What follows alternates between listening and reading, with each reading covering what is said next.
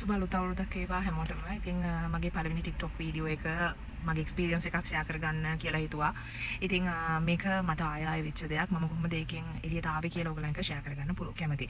ඉතින් ඇත්තටම කිව්වොත් එහෙම ඔයගලන් වර්ක් කරන කෙනෙක් නම් මේ සිටුේෂන් එකේ ඔයගලන් go through කරනවා නම් හරි ගිහින් කියන්නේ go through කරනවා නම් හරි go through කරා නම් හරි ඔයගලන්ට මම කියන දේ තේරුම් ගන්න හරිම ලේසියි.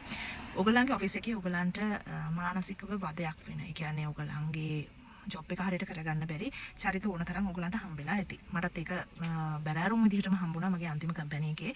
ඉතින් මම එතනදී තීරණය කරේ එතනින් එළියට එන එක විතරයි. කියන්නේ මම හැම වෙලේම උත්සාහ කරන වෙලේම පොඩ්ඩක් වැලියු කරන කෙනෙක්. ඒ කියන්නේ මට එතන මූව් වෙන්න බැරි නිසා මම ඒකත් එක්කම තියෙන්නේ එතනින් එළියට එන එක. ඉතින් ඒක සමහර වෙලාවට සමහර අවස්ථාවල ඒක සුදුසු වෙන්නත් පුළුවන් නොසුදුසු වෙන්නත් පුළුවන්. බට් මගේ ඒ ජොබ් එකකින් අස්විච් එක ඒක හොඳක් වුණා ඇත්තටම කම්පැනි එක වහන්න වුණා. ඉතින් මම කැමති මට මේ සිටුේෂන් එක ආයෙ අවිලා තියෙනවා. මම වැඩ කරන part time තැනක ඒකේ වෙන රටක කෙනෙක් එක්ක තමයි මට ඩීල් කරන්න වෙලා තියෙන්නේ. ඉතින් එයාගේ පර්සනැලිටි එක මට හරි අන්ප්ලසන්ට්. ඒ කියන්නේ මට හරිම අප්‍රසන්නයි. ඉතින් මම කල්පනා කරේ එතනින් අයින් වෙන එකද නැත්නම් එතන යට එක මූව් වෙන එකද කියලා. ඉතින් මම ටිකක් කල්පනා කරලා බැලුවා මේ අවුරුද්දේ මුලම මට මේ ප්‍රශ්නේ ආවම මම ඉස්සල්ලාම හිතුවා මම ඉස්සල්ලා තීරණයම ගන්නවා කියලා. නමුත් පස්සේ මම හිතුවා අපි හැම වෙලේම මේ වගේ පුද්ගලයොත් එක්ක ගැටෙන්නේ නැතුව මග හරව ඒ කියන්නේ මග හරින එක සමහර වෙලාවට සුදුසු වුණාට සමහර අවස්ථාවල ඒක අපේ පර්සනැලිටි එකට හරිනයි. ඉතින් මම තීරණය කරේ මෙච්චරයි. මම යන්නේ part time job එකක්. එයාට ඒක full time job එකක් වුණාට මට යත් එක මූව් වෙන්න තියෙන බොහොම ටික වෙලාවයි. ඒ කියන්නේ හරියටම කිව්වොත් පැයක් වගේ වෙලාවක් තමයි මූව් වෙන්න තිබුණේ. ඉතින් එකම දේ ඇවිල්ලා මගේ නිශ්ශබ්දතාවයයි මම යාට පිළිතුරු නොදෙන එකයි තමයි මගේ එකම විසඳුම. ඉතින් මම හිතාගත්තේ හරි මම මේ චැලෙන්ජ් එකට මේ අවුරුද්දේ මුණ දෙනවා කියලා. මොකද එයා සමහර වෙලාවට තව අවුරුද්දක් තමයි මේ ලංකාව තුළ ඉන්නේ. නැත්නම් තව අවුරුදු එකක් ළමන අවුරුද්ද වෙනකන් ඉන්නේ. ඉතින් මම හිතනවා ඕගොල්ලොනොත් හැම වෙලේම මානසික වැටලා අයියෝ මට දැන් යාත් එක්ක තමයි හෙට වැඩ කරන්න වෙන්නේ.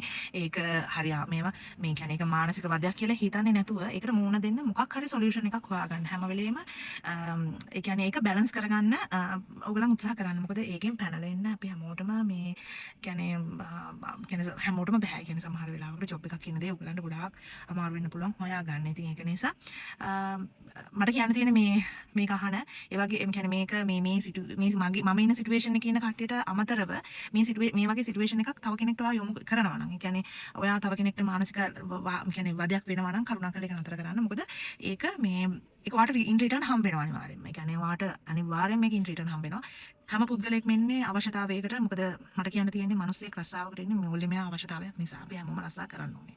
ඒ රස්සාව අපි ගෙනාපු අපි බෝන් රිච් නම් අපිට ආදායම් මාර්ගයක් තියෙනවා නම් අපිට දේපල තියෙනවා නම් කවදාවත් ওই වගේ ජොබ් එකකට එන්නේ නැහැ. ඉතින් ඒක නිසා කරුණාකරලා එන මිනිස්සුන්ට ඒ මිනිස්සුන්ට මම කියන්නේ මේ වැඩ කරන්න නැති මිනිස්සුන්ට හොඳට සලකන්න කියන එක නෙමෙයි මම කියන්නේ. මානසික වද දෙන්න එපා. මොකද ඒක හරි අමාරුයි දරා ගන්න. ඒක නිසා මම ආදරෙන් ඔයගලන්ට කියනවා ඔයගොල්ලන්ගේ සිටුේෂන් එකේ ඉන්න කෙනෙක් නම් ඒකෙන් එළියට එන විදිහ පොඩ්ඩක් හොඳට කල්පනා කරන්න. හරිසිත ඉන්න ගන්න යන්න එපා. ඔයා මේ ඔෆිස් එකෙන් ගියොත් තව ඔෆිස් එකක ඔය වගේ මිනිස්සු 10ක්වත් අනිවාර්යයෙන්ම ඉන්නවා. මිනිසුන් අපිට හදන්න බෑ එකම දේ ඇවිල්ලා අපි හැදෙන එක. ඒ වගේම ඔයා ඒ වගේ මානසිකව වටන පුද්ගලෙක් නම් කරුණාකරලා ඒක කරන එක නතර කරන්න. මොකද ඔයාත් ඒ වගේ බුලි වෙලා ඇති යම් කිසි තැනක. එතකොට ඔයා ඒ තැනට ගිහින් බලන්න. ඔයා ඒ ෂූ අර ඔයා බුලි කරන පුද්ගලයාව මානසික වටන පුද්ගලයාගේ ෂූ එකටද පැහැලා බලන්න ඒගොල්ලන්ගේ සිටුේෂන් එක මොන වගේද කියලා. මේ ඔෆිස් එකේ ඉන්නේ මේ ඔෆිස් එක විතරක් නෙමෙයි ඔයගොල්ලන්ගේ මේ මුළු ජීවිතේම. ඒක නිසා මතක තියාගන්න ඒගොල්ලන්ට පෞද්ගලික ප්‍රශ්න තියෙන්න පුළුවන්. පෞද්ගලික මේ අවශ්‍යතා මොකක් හරි ප්‍රශ්න අවශ්‍යතා වුණා තියෙන්න පුළුවන්. ඒක නිසා මානසිකව වටන්න එපා කිසිම කෙනෙක්. මේ අවුරුද්ද ලස්සනට ගෙවන්න. මේ අවුරුද්දත් සුබ වෙයි කියලා මම ප්‍රාර්ථනා කරනවා. සුබ වෙන්න ඕගොල්ලෝ මහන්සි වෙන්න. මහන්සි වුණොත් වැඩ වැරදින්නේ නැහැ. ඉතින් මට මේක ෂෙයා කරගන්න ඕනේ. මොකද මම දන්නවා ඔෆිසර්ස් වල වෙන දේවල්. ඉතින් මම කැමති අර වෙච්ච දේ මම මේක මූව් අවුට් වෙච්ච මූව් කියන්නේ මම ඒ සිටුේෂන් එකේ මූව් වෙච්ච විදිය ඔයගලන්ට ෂෙයා කරගන්න. ඉතින් බොහොම ස්තුතියි හැමෝටම හොඳින් ඉන්න.